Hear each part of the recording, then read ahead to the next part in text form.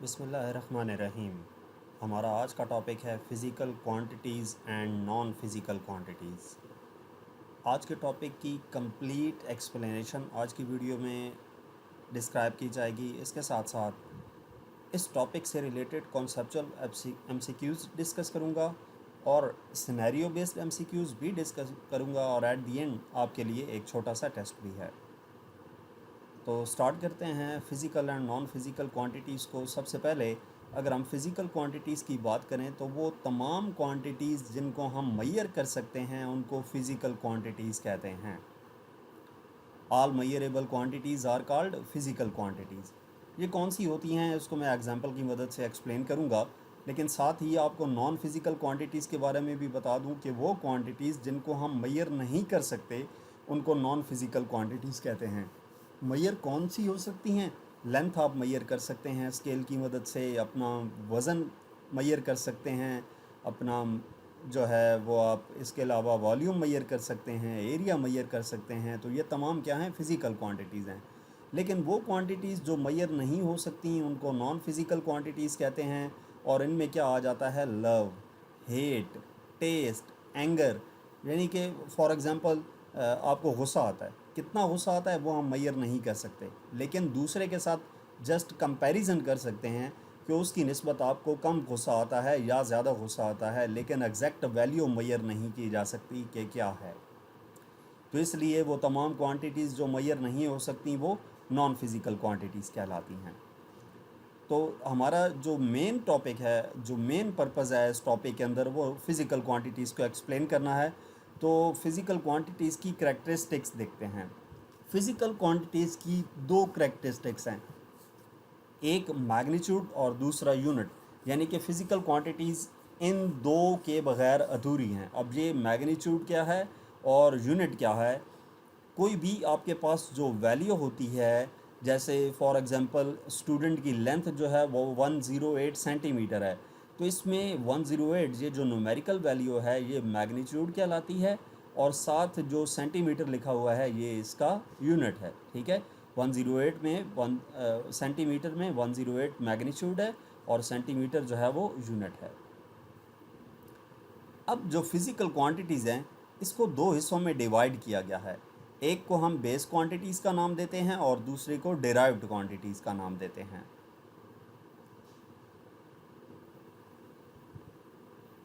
Base quantities क्या होती हैं? Base quantities are the quantities on the basis of which other quantities are expressed. यानी कि ऐसी क्वांटिटीज़ जिस क्वांटिटी से बाकी क्वांटिटीज़ मिलकर बनती हैं उनको बेस क्वांटिटीज़ कहते हैं।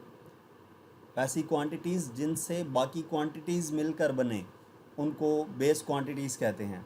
अब वो कौन सी क्वांटिटीज़ हैं उसको मैं आपको पहले जो आपने 8th क्लास तक पढ़ा हुआ है वहीं से एग्जांपल देता हूँ कि आपने वहाँ पर एरिया की बात की है, एरिया ऑफ रेक्टेंगल। तो रेक्टेंगल में एक लेंथ होती है और विड्थ होती है। लेंथ को विड्थ से मल्टीप्लाई करने से एरिया आता है।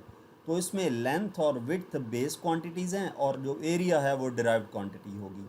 ठीक है, तो अब कौन सी बेस क्वांटिटीज़ हैं? Total 7 number of base quantities हैं। उनको हम देखते हैं। क्वांटिटी और उस क्वांटिटी को किस इंस्ट्रूमेंट की मदद से मेजर किया जाता है वो भी साथ एक्सप्लेन करूंगा, ताकि आपको इजीली समझ आ जाए कि कौन सी क्वांटिटीज़ जो हैं उनकी मैं बात कर रहा हूँ और वो बेस क्वांटिटीज़ होती हैं। तो सबसे पहले जो लेंथ है जिसको आप मीटर रॉड से मेजर करते हैं वो आपके पास बेस क्वांटिटी है।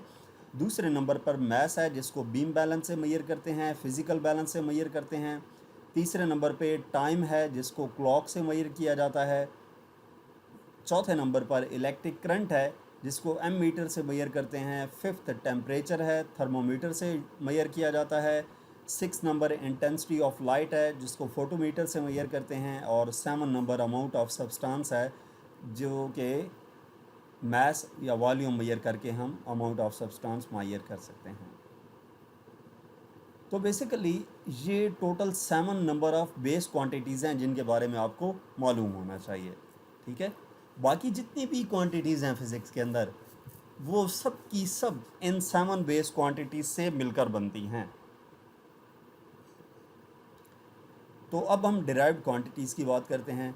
डिराइव्ड क्वांटिटीज़ वो क्वांटिटीज़ होती हैं जिनको बेस क्वांटिटीज़ की मदद से एक्सप्लेन किया जाता है, यानी कि in terms of base quantities express किया जाता है। बेस क्वांटिटीज़ को मल्टीप्लाई या डिवाइड करने से हमारे पास डिराइव्ड क्वांटिटीज़ आते हैं। तो इसकी दूसरी डेफिनेशन क्या हो सकती है? क्वांटिटीज़ विच आर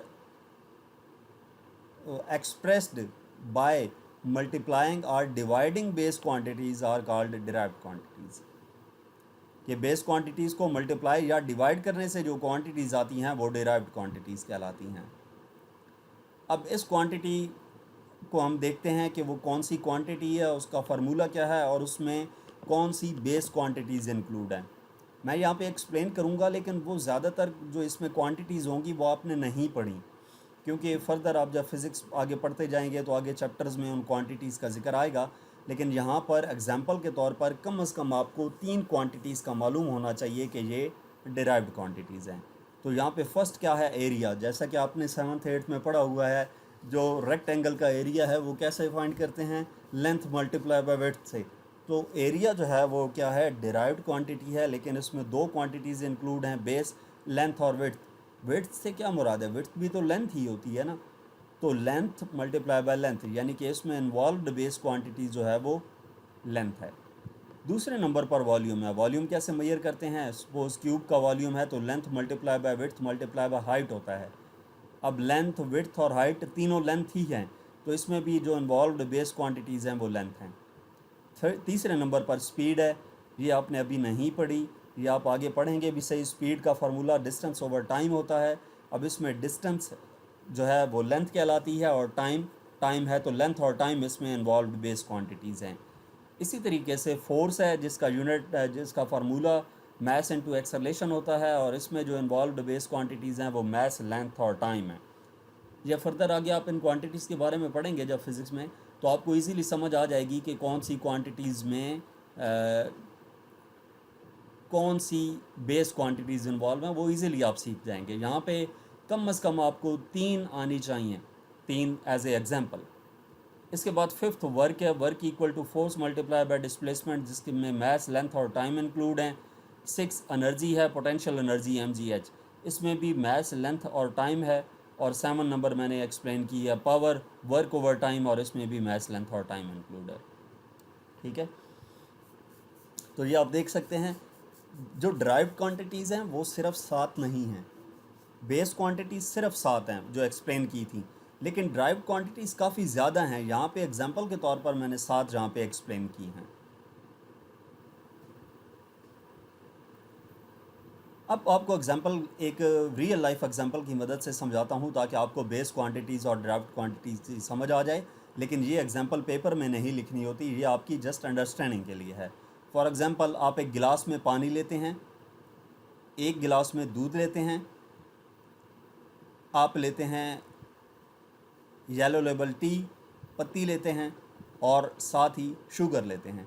ये सारी चीज़ें आप एक बर्तन के अंदर डालकर जब उसको हीट प्रोवाइड करेंगे तो क्या बन जाएगी? चाय। ऐसा ही है ना। आप पानी, दूध, पत्ती और चीनी एक बर्तन के अंदर डालकर उसको हीट प्रोवाइड करें तो वो क्या बन जाती है? चाय बन जाती है। इसका मतलब ये है चाय इन 4 चीज़ों से मिलकर बनी है। तो इसका मतलब क्या हुआ? ये 4 बेस क्वांटिटीज़ हैं और चाय जो है वो डिराइव्ड क्वांटिटी है। ठीक है, ये रियल लाइफ एग्जांपल से आपको एक्सप्लेन किया है कि बेस और ड्राइव्ड क्वांटिटीज़ क्या हैं, लेकिन ये एग्जांपल आपने पेपर में नहीं लिखनी होती। ठीक हो गया, ये 4 बेस क्वांटिटीज़ हैं और ये जो है ये ड्राइव्ड क्वांटिटी है। यानी कि क्यों इसको ड्राइव्ड क्वांटिटी कहा? ये इन चारों से मिलकर बनी है। तो हमने जो फिज़िक्स में बेस और ड्राइव्ड क्वांटिटीज़ पढ़ते हैं, वहाँ पे भी जो ड्राइव्ड क्वांटिटी होती है वो बेस क्वांटिटीज़ से मिलकर बनती है। अब इस टॉपिक से रिलेटेड MCQs डिस्कस करते हैं। विच of the following is a physical quantity? Physical quantities के बारे में पूछा है। तो फिज़िकल क्वांटिटी वो होती है जिसको हम मैयर कर सकें। तो हैप्पीनेस, ऑनेस्टी और ब्यूटी मैयर नहीं हो सकती, लेंथ मैयर हो सकती है, मीटर रूल की मदद से मैयर करते हैं। तो इसमें बी ऑप्शन करेक्ट है। नेक्स्ट MCQs नंबर 2 है, a physical quantity must have only numerical value, only unit, both numerical value and unit, और नो वैल्यू। तो फिज़िकल क्वांटिटी में क्या चीज़ होनी चाहिए? हमने इसकी करेक्टरिस्टिक्स में पढ़ा था कि न्यूमेरिकल वैल्यू, मैग्नीट्यूड और यूनिट दोनों की ज़रूरत होती है, तो इसमें सी ऑप्शन करेक्ट है। Third MCQs, which of the following is a non physical quantity, यानी कि जिसको हम मैयर नहीं कर सकते। तो मैस, टाइम और टेम्परेचर तो मैयर हो सकता है, लेकिन लव मैयर नहीं हो सकता, तो डी ऑप्शन करेक्ट है। Fourth number MCQs, if a quantity can not be measured it is called non physical quantity, ये आपको डेफिनेशन बताई थी, तो इसमें सी ऑप्शन करेक्ट है। 5 number MCQs, which pair contains only physical quantities, और गौर से देखें और आपके ख्याल में इनमें से कौन सा ऑप्शन करेक्ट होना चाहिए। यानी कि 4 ऑप्शंस दिए गए हैं और इनमें हमने देखना है कि हर ऑप्शन में दो दो क्वांटिटीज़ लिखी हुई हैं, कौन सी दोनों क्वांटिटीज़ जो हैं वो फिज़िकल क्वांटिटीज़ हैं। तो फिज़िकल क्वांटिटीज़ यानी कि जिनको हम मैयर कर सकते हैं, तो ए में लेंथ और मैस है, यानी कि लेंथ और मैस दोनों मैयर हो सकती हैं, तो इसका ए ऑप्शन करेक्ट है। इसमें ब्यूटी मैयर नहीं हो सकती, इसमें हॉनेस्टी मैयर नहीं हो सकती, इसमें लव मैयर नहीं हो सकता, तो इसलिए ए ऑप्शन करेक्ट है। MCQs number 6, which statement is correct, कौन सी स्टेटमेंट करेक्ट है। All measurable quantities are physical quantities, yes, जितनी भी मैयरेबल क्वांटिटीज़ होती हैं वो फिजिकल क्वांटिटीज़ होती हैं, तो इसका ए ऑप्शन ही करेक्ट है। 7 नंबर एमसीक्यूज है, विच of the following can not be expressed in numbers and units.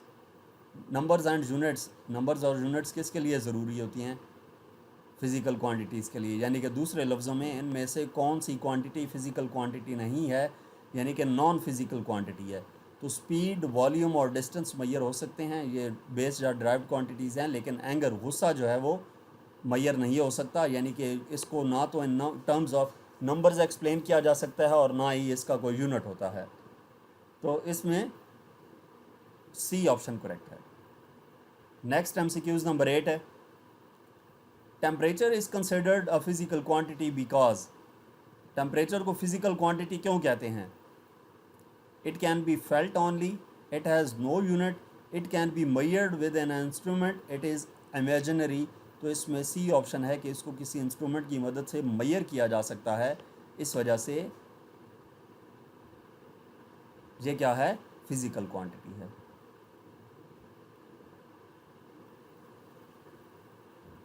MCQs number 9, which of the following is correctly classified. Correctly classified से मुराद क्वांटिटी लिखी हुई है और उसके सामने लिखा हुआ है कि वो बेस क्वांटिटी है, वो फिज़िकल क्वांटिटी है या नॉन फिज़िकल। तो ये फोर्सेस, फोर्स नॉन फिज़िकल, ये क्रॉस है क्योंकि फोर्स फिज़िकल है। मैथ नॉन फिज़िकल, मैथ भी फिज़िकल है, ये भी नहीं ऑप्शन हो सकता। Length physical, yes, length physical quantity है, तो सी ऑप्शन करेक्ट है। ऑनेस्टी फिज़िकल नहीं है, अगर इसके सामने नॉन फिज़िकल होता तो ये करेक्ट होती, तो सी ऑप्शन करेक्ट है। इसके बाद 10 नंबर एमसीक्यूज़ है, why is beauty not a physical quantity. जो ब्यूटी है वो फिज़िकल क्वांटिटी क्यों नहीं है। It has a unit, it is measurable, it can not be measured objectively, it is very small. कि ब्यूटी जो है वो फिज़िकल क्वांटिटी क्यों नहीं है, क्योंकि इसको हम मैयर नहीं कर सकते, सी ऑप्शन करेक्ट है। 10 एमसीक्यूज़ हमने डिस्कस किए, अब आपके सामने एक सिनेरियो रखता हूँ और उस सिनेरियो से रिलेटेड हम एमसीक्यूज़ डिस्कस करेंगे, इसी टॉपिक से रिलेटेड। सिनेरियो क्या है, a teacher ask students in a class to identify different quantities around them. Ahmed says the length of table is 2 meters. Sarah says the temperature of the room is 30 degrees centigrade. While Ali says he feels very happy today, another student mentions the mass of his bag is 3 kg. The teacher explains that some of these are measurable quantities while others are not. कि teacher ने student से कहा कि different quantities अपने इर्द गिर्द जो हैं वो क्या करें, आइडेंटिफाई करें। तो अहमद, सारा, अली और एक और स्टूडेंट था, उन्होंने अपने अपने मुताबिक कुछ क्वांटिटीज़ को डिस्क्राइब किया। तो टीचर ने फिर एक्सप्लेन किया कि इनमें से कौन सी मेजरेबल क्वांटिटीज़ हैं और क्यों, और बाकी क्यों नहीं हैं। तो इसी से रिलेटेड, इस सिनेरियो से रिलेटेड फर्स्ट एमसीक्यूज़ है। 10 हम एक्सप्लेन कर चुके थे। 11 number MCQs, which of the following mentioned in the scenario is a non physical quantity.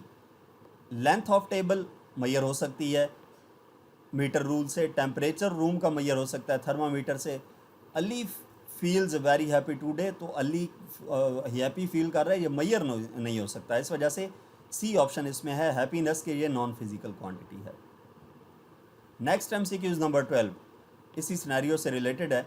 Y is length of the table considered a physical quantity, क्योंकि हम length को मैयर कर सकते हैं प्रॉपर यूनिट के साथ, तो इस वजह से वो फिजिकल क्वांटिटी है, यानी कि बी ऑप्शन करेक्ट है, it can be measured with a unit. Next इसी सिनेरियो से related 13 number MCQs, which pair represents only physical quantities from the scenario, कौन सा पेयर जो है वो फिजिकल क्वांटिटीज़ को रिप्रेजेंट कर रहा है सिनेरियो में से। तो हैप्पीनेस वाहिद क्वांटिटी थी जो मैयर नहीं हो सकती, तो जहाँ पे हैप्पीनेस नहीं है वो ऑप्शन करेक्ट होगा, यानी कि लेंथ और मैस। लेंथ और मैस दो क्वांटिटीज़ हैं जो कि फ़िज़िकल क्वांटिटीज़, और तीसरी टेम्परेचर भी थी, तो इनमें से दो दी गई हैं, ये बी ऑप्शन करेक्ट है। नेक्स्ट MCQs नंबर 14 है, सेम सिनेरियो से related. The teacher classifies quantities based on colour and shape, measurability, size only, weight only, कि टीचर ने जो क्लासीफाई किया क्वांटिटीज़ को कि कौन सी बेस क्वांटिटीज़ हैं और कौन सी नहीं है, वो किस बेस पे किया, मेजरेबिलिटी पे, कि जो क्वांटिटीज़ मैयर हो सकती हैं वो फिज़िकल क्वांटिटीज़ हैं, और जो मैयर नहीं हो सकती वो नॉन फिज़िकल क्वांटिटीज़ होंगी। तो ये हमने 14 MCQs डिस्कस किए। इसके बाद लास्ट में आपके लिए एक टेस्ट है। टेस्ट क्या है?